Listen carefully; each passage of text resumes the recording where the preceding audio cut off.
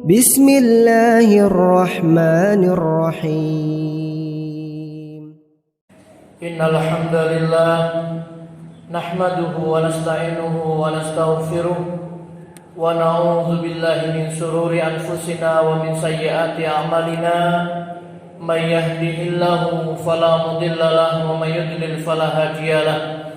Asyhadu an la ilaha illallah wahdahu la syarika lahu wa asyhadu anna Muhammadan abduhu wa rasuluhu la nabiyya ba'dah. Allahumma salli ala Muhammad wa ala alihi wa sahbihi wa man wala. Usikum wa nafsi bitaqwallah faqad fazal muttaqun. Kama qala Allah ta'ala fi kitabihil karim. A'udzu billahi minasy syaithanir rajim. Ya ayyuhalladzina amanu taqullaha haqqa tuqatih wa la tamutunna illa wa antum muslimun.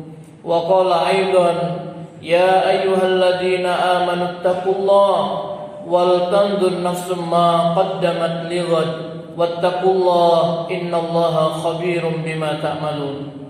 Wa qala Rasulullah sallallahu alaihi wasallam ittaqillaha haitsu ma kunta wa adbi sayyi'atal hasanata tamhuha wa khaliqin nasa bi khuluqin hasanin.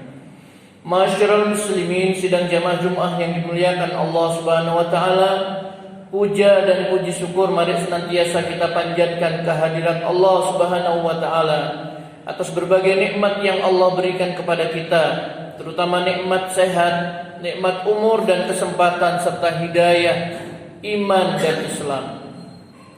Salawat dan salam mudah-mudahan senantiasa dilimpahkan oleh Allah Subhanahu wa taala kepada nabi kita Nabi Muhammad sallallahu alaihi wasallam, keluarga beliau, para sahabat dan seluruh pengikutnya yang istiqomah hingga akhir zaman. Selanjutnya, mari sama-sama kita berusaha untuk meningkatkan takwa kita kepada Allah dengan melaksanakan perintah-perintahnya dan menjauhi segala larangannya. Sebab hanya dengan bertakwa kepada Allah maka kita akan mulia di sisinya. Allah berfirman, Inna akramakum indallahi atqakum. Sesungguhnya yang paling mulia di antara kamu di sisi Allah adalah siapa yang paling bertakwa kepada Allah Subhanahu wa taala. Untuk itulah kita diperintah oleh Allah Subhanahu wa taala agar berlomba-lomba dalam kebaikan, agar kita mendapatkan tempat yang mulia di sisi Allah Subhanahu wa taala. Masyarul muslimin rahimakumullah. Allah Subhanahu wa taala berpesan di dalam Al-Qur'an, wahai orang-orang yang beriman, bertakwalah kamu kepada Allah dengan sebenar-benarnya takwa, dan jangan sekali-kali kamu mati melainkan dalam keadaan Islam, dalam keadaan tunduk, patuh dan berserah diri kepada Allah Subhanahu wa taala. Masyarul muslimin rahimakumullah. Di dalam ayat yang mulia tadi Allah Subhanahu wa taala perintah kepada orang beriman agar mereka bertakwa kepada Allah. Dan Allah katakan bertakwalah dengan sebenar-benarnya takwa. Apa yang dimaksud dengan bertakwa kepada Allah dengan sebenar-benarnya takwa? Sahabat Abdullah bin Mas'ud radhiyallahu anhu mengatakan, yaitu hendaklah kamu taat kepada Allah, jangan kamu bermaksiat kepadanya. Hendaklah kamu bersyukur kepada Allah Subhanahu wa taala, jangan sampai engkau kufur kepada Allah. Dan hendaklah engkau ingat Allah, berzikir kepada Allah, jangan kamu melupakan Allah Subhanahu wa taala. Inilah menurut sahabat Abdullah bin Mas'ud bertakwa kepada Allah dengan sebenar-benarnya takwa, yaitu hendaklah kita taat kepada Allah, laksanakan perintah-perintah Allah. Dan hendaklah kita jangan bermaksiat kepada Allah, jauhi larangan-larangan Allah Subhanahu wa taala. Sebab setiap yang dilarang oleh Allah Subhanahu wa taala kepada hambanya pasti akan menimbulkan kemudaratan baginya, pasti keburukan. Dan setiap yang diperintahkan Allah Subhanahu wa taala kepada hambanya pasti akan berakibat kebaikan kepada hambanya. Taat kepada Allah, jangan maksiat kepadanya. Yang kedua adalah hendaklah kamu bersyukur kepada Allah Subhanahu wa taala atas nikmat-nikmatnya. Jangan sampai kamu kufur kepada Allah Subhanahu wa taala. Dengan kita bersyukur kepada Allah, maka Allah Subhanahu wa taala akan menambah nikmat kepada kita. Tetapi manakala seorang hamba itu kufur kepada Allah, maka Allah mengatakan sesungguhnya azabku amat pedih. Allah berfirman, la in syakartum la azidannakum. Jika kamu bersyukur, niscaya pasti aku tambahkan nikmatku kepadamu. Wala in kafartum inna azabi lasyadid. Tetapi jika kamu kufur, maka sesungguhnya azabku amat pedih. Kemudian hendaklah kamu ingat Allah Subhanahu wa taala. Jangan sampai kamu melupakan Allah Subhanahu wa taala. Orang yang melupakan Allah dicap oleh Allah Subhanahu wa taala, mereka adalah sebagai orang-orang yang fasik. Allah Subhanahu wa taala berfirman, A'udzubillahi minasyaitonir rajim. Wala takunu kalladzina nasullaha fa'ansahum anfusahum ulaika humul fasiqun. Dan janganlah kamu menjadi seperti orang-orang yang lupa kepada Allah. Maka kemudian Allah Subhanahu wa taala menjadikan mereka lupa kepada diri mereka sendiri. Mereka itulah orang-orang yang fasik. Jadi Allah Subhanahu wa taala melarang kita untuk lupa kepada Allah. Wala takunu kalladzina nasullah. Jangan kamu menjadi seperti orang-orang yang melupakan Allah. Kemudian Allah Subhanahu wa taala juga menjadikan mereka lupa kepada diri mereka sendiri. Mereka itu orang-orang yang fasik. Masyaallah muslimin rahimakumullah, 3 hal ini yaitu taat kepada Allah, mensyukuri nikmat-nikmat Allah, dan selalu ingat berzikir kepada Allah, terhimpun di dalam satu doa yang diajarkan oleh Rasulullah sallallahu alaihi wasallam kepada sahabatnya yang mulia, yaitu Mu'ad bin Jabal. Rasulullah sallallahu alaihi wasallam bersumpah, demi Allah, sungguh aku mencintaimu wahai Mu'ad. Maka jangan kamu lupa di dalam salatmu berdoa, Allahumma a'inni ala zikrika wa syukrika wa husni ibadatik. Ya Allah, tolonglah aku agar selalu berzikir kepadamu, selalu ingat engkau, wa syukrika, dan bersyukur kepadamu, wa husni ibadatik, dan memperbaiki kualitas ibadah kepadamu. Jadi Rasulullah sallallahu alaihi wasallam mengajarkan kepada sahabat Mu'ad agar berdoa minta tolong kepada Allah supaya selalu ingat Allah, selalu zikir kepada Allah, selalu bersyukur kepada Allah Subhanahu wa taala atas nikmat-nikmat yang Allah berikan kepadanya, dan senantiasa memperbaiki ibadahnya kepada Allah Subhanahu wa taala. Masyaallah muslimin, sidang jamaah Jumat yang dimuliakan Allah Subhanahu wa taala. Kemudian di dalam ayat yang lain Allah Subhanahu wa taala perintahkan, wahai orang-orang yang beriman, bertakwalah kamu kepada Allah, dan hendaklah masing-masing jiwa memperhatikan apa yang telah dia perbuat untuk hari esok.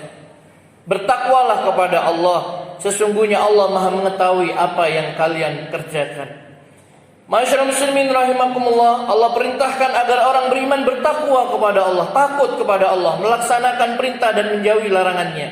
Dan Allah perintahkan hendaklah setiap diri kita, setiap jiwa ini memperhatikan apa yang sudah kita perbuat untuk hari esok. Bekal apa yang telah kita persiapkan untuk menghadap Allah Subhanahu wa taala setelah kita meninggal dunia nanti. Masyaallah muslimin rahimakumullah, saat ini kita masih diberi nikmat, sehat, diberi umur, kesempatan oleh Allah sehingga kita bisa beribadah kepada Allah. Tetapi ingat, setiap jiwa akan merasakan mati. Kita semua akan mati menghadap Allah Subhanahu wa taala, dan ketika kita sudah meninggal dunia, kita sudah tidak bisa lagi menambah amal kebaikan kita lagi. Tidak lagi kita bisa sholat, tidak lagi kita bisa berpuasa, membaca Al-Quran, infak, sedekah, dan lain sebagainya. Oleh karena itu perhatikan apa yang sudah kita perbuat untuk hari esok. Dan Rasulullah sallallahu alaihi wasallam memberitahukan kepada umatnya bahwa ada beberapa amalan yang apabila mereka lakukan, maka hal itu akan bermanfaat baginya meskipun dia sudah meninggal dunia. Yang pertama adalah kesolehan, yaitu kesolehan. Masyaallah muslimin rahimakumullah, manfaat kesolehan ini akan mendapatkan doa baik dari orang-orang soleh yang lainnya. Dan ketika kita tasyahud di dalam sholat, kita membaca assalamu alaina wa ala ibadillahi sholihin. Salam keselamatan untuk kami dan juga untuk hamba-hamba Allah yang saleh. Tentang doa ini disebutkan dalam sebuah hadis, ya, bacaan tasyahud ini. Rasulullah SAW bersabda, "Fa innakum idza qultumuha asabat kulla 'abdin lillahi sholihin fis samai wal ardi." Apabila kalian mengucapkan seperti itu, maka doa tadi akan tertuju kepada setiap hamba Allah yang saleh, baik yang di langit maupun di bumi. Hadis riwayat Bukhari dan Muslim. Dan Imam At-Tirmidzi mengatakan, siapa yang ingin meraih ucapan salam yang diucapkan oleh setiap orang yang sedang sholat, maka jadilah hamba yang saleh. Apabila tidak, maka karunia besar tersebut, yaitu berupa doa selamat, diharamkan untuk diperoleh. Masyaallah muslimin rahimakumullah. Orang yang soleh itu setidaknya 3. Yang pertama adalah, yaitu tidak menyekutukan Allah, tidak berbuat syirik. Yang kedua, orang yang soleh itu adalah melaksanakan perintah Allah yang wajib. Salat 5 waktu, puasa di bulan Ramadan, membayar zakat, perintah-perintah Allah yang wajib dia tunaikan. Dan yang ketiga adalah dia meninggalkan larangan-larangan Allah. Apabila seseorang itu sudah tidak menyekutukan Allah, dia sudah melaksanakan perintah-perintah Allah yang wajib, dan dia meninggalkan larangan-larangan Allah, maka dia termasuk orang yang saleh, orang yang baik. Dan manfaatnya bukan hanya pada dirinya sendiri, tetapi juga kepada anak dan keturunannya. Jadi manfaat kesalehan itu akan dirasakan pula oleh anak-anaknya dan keturunannya. Sebagaimana Allah berfirman, wa amal jidaru fakana li gulamaini yatimaini fil Madinah wa kana tahtahu kanzul lahuma wa kana abuhuma sholihah. Surah Al-Kahfi ayat 182. Adapun dinding rumah itu adalah kepunyaan 2 anak yatim di kota itu, dan di bawahnya ada harta benda simpanan bagi mereka berdua, sedang ayahnya adalah seorang yang soleh. Ibnu Katsir rahimahullah mengatakan, ini menjadi dalil bahwa laki-laki yang soleh akan membuat keturunannya terjaga, dan termasuk juga mendapatkan berkah dari ibadah yang dilakukan pada keturunannya di dunia dan di akhirat. Jadi orang yang soleh bukan hanya bermanfaat untuk dirinya kesolehannya, tapi anak cucunya juga akan mendapatkan manfaat dari kesolehan kedua orang tuanya. Oleh karena itu, di antara ulama terdahulu, baik sahabat, tabi'in, mereka ini memperbanyak ibadah sholat dan kebaikan-kebaikan. Itu di antaranya adalah supaya anak cucu keturunannya juga dijaga oleh Allah Subhanahu wa taala. Masyaallah muslimin rahimakumullah. Amal-amal yang bermanfaat bagi manusia ketika dia sudah meninggal dunia, sebagaimana disebutkan oleh Rasulullah SAW di dalam hadis. Yang pertama adalah ilmu yang ia ajarkan dan sebarkan. Yang kedua adalah anak soleh yang dia tinggalkan. Yang ketiga, mushaf yang ia wariskan, masjid yang dia bangun, rumah bagi Ibnu Sabil yang ia bangun, sungai yang ia alirkan, dan sedekah yang ia keluarkan dari harta ketika ia sehat dan hidup. Semua itu akan dikaitkan dengannya setelah ia mati. Hadis riwayat Ibnu Majah. Masyaallah muslimin rahimakumullah, itu diantara amal-amal yang oleh Rasulullah SAW ditunjukkan kepada umatnya agar mereka mengerjakan amal-amal yang ketika seorang hamba itu meninggal dunia masih bisa mendapatkan manfaat dari amal-amal yang mereka kerjakan ketika masih hidup. Mudah-mudahan Allah menolong kita agar kita bisa melaksanakan amal-amal yang akan memberikan manfaat bagi kita meskipun kita sudah meninggal dunia.